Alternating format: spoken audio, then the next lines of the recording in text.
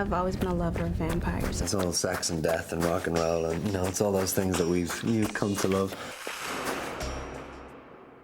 It was all about training the actors, getting them into the wire, getting them comfortable. Most of our cast were pretty physically fit. They were all working with trainers. The vampires can all leap at superhuman levels or fly at times. They have super strength, in effect. Akasha has powers that they don't have. So a lot of what we'll be seeing is a combination of prosthetics, CGI, and a lot of wire shots. Figuring out, how does a vampire take off? How does a vampire land? That was a lot of trial and error. Basically, it's attached to your waist, this rig there's either 2 wires that come up on either side, or 1 wire that comes from behind your back. And depending on the move, the 2 wires obviously limits you to if you got 1 wire here, you can do twists and turns. So sometimes they'd spin you up and they'd spin you sideways, and you'd have to turn so that you could turn. And say the camera was there, you'd turn right into it.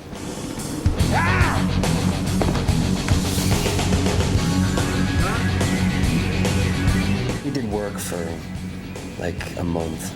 We'd have an hour every day, and we'd just fly up on these things, and it was great. I loved it. Stuart and Vincent were particularly good at it. They're very adroit. A lot of the best visual effects in the film are in-camera bits of acting.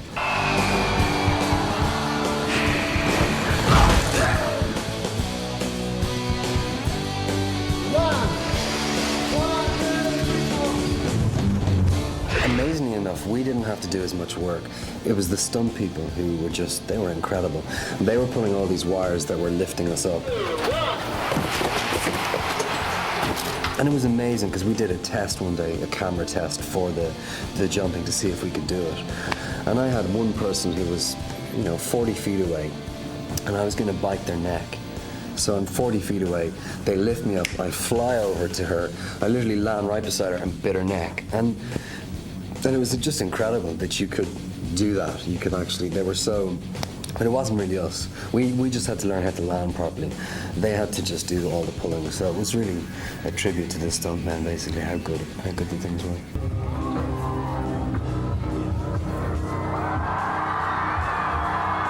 Anything complicated can be broken down into parts that are manageable. So if you have a good team, which we do, you can start shooting, say for example, a vampire who is going to come flying in the air on wires, and then he's going to get zapped. Okay, well the zapping isn't going to happen here, it's going to happen in post-production. And so all you need is just to get him up in the air and do that, and you have to trust that all the rest of it's going to be there. So you sort of do it in pieces on faith.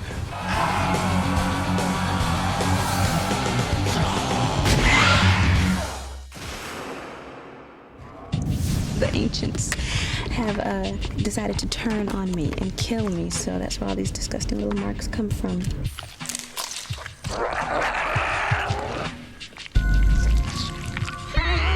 I've been bit. It takes about an hour and a half for the whole 9 yards. What we're doing is applying a little prosthetic for bite wounds that Lestat has just bitten Akasha. And this is quite a serious bite, it's not a gentle one. He's now trying to suck the blood out of her. So we've just applied the prosthetic.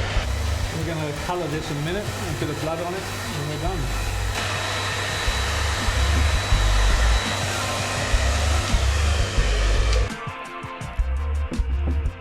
Bits of Aaliyah's body, and then from that sculpture we make a mould, and then the foam is actually made like making a souffle. It's beaten up in a mixer and then poured into the mould and then baked in an oven. And then when these are used, they're used once and then thrown away. A lot of work before we get here. With rubber, it's a strange thing because the rubber itself would look like rubber if we made it the same colour as a person's skin. So we actually have to cheat the camera, and we actually make the rubber pieces more red, and then the camera believes it's seeing a bit deeper into the skin tone. If we actually make up a prosthetic to match a skin, it will come up quite yellow on camera. So it's all a question of just knowing what colours come up where. We'll powder this and then blood.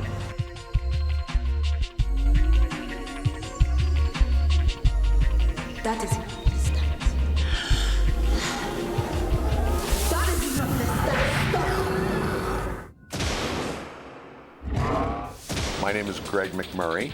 I'm the visual effects supervisor for Queen of the Damned. The vampire immolation in our story was designed to start around sort of the heart and the blood and her power over their blood, because they all vampires share Akasha's blood. In the bar sequence, these are just young punk vampires that hang out there that all think they're pretty hot until they meet Akasha.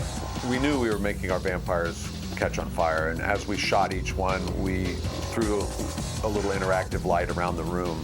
But as we started putting all these big elements of actual flame and fire on each individual vampire, we had to add a lot more to the room that we never really anticipated. And by adding all these little techniques and reflections and kicks off of different objects in the room, it made the stuff that we added months later look like it had always been in the room.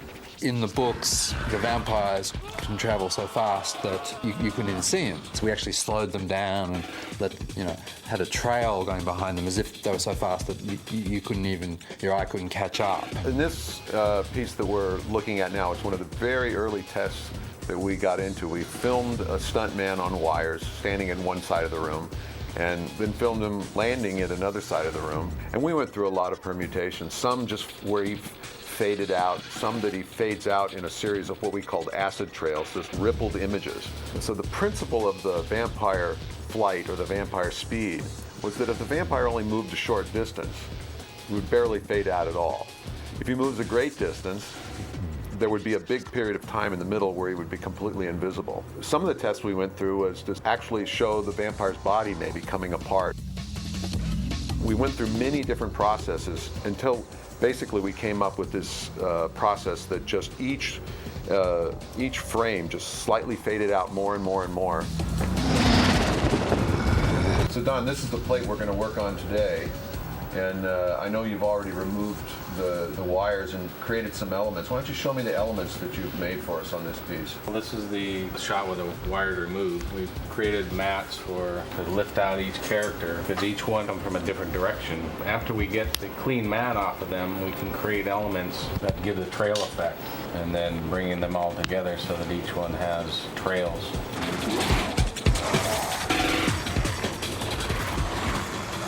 Greg Mcmurray built a robot that would travel down a street, and as the camera slowed down, so everything started to go faster by it, it had to pick up speed. It was really just a dolly that could start in a real-time move and then slow down till the point where it was moving so slowly that we could hardly see it move at all. Hi, I'm Andy Mcdonald. I'm a compositor on the film, work at Creo Visual Effects, and working here on the end shot on Queen of the Damned. Well, we have the original green screen, and we had the original background.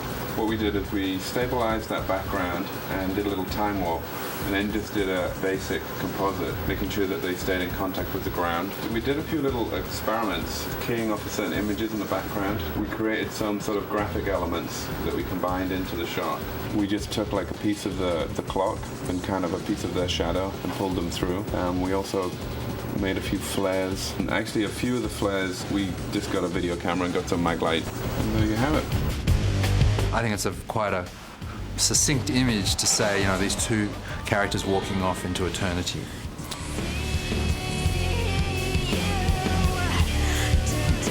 One of the things I found exciting about doing this particular vampire movie is I wanted it to be a movie that had effects in it that we could believe would have happened and wouldn't have necessarily shown up in the newspaper.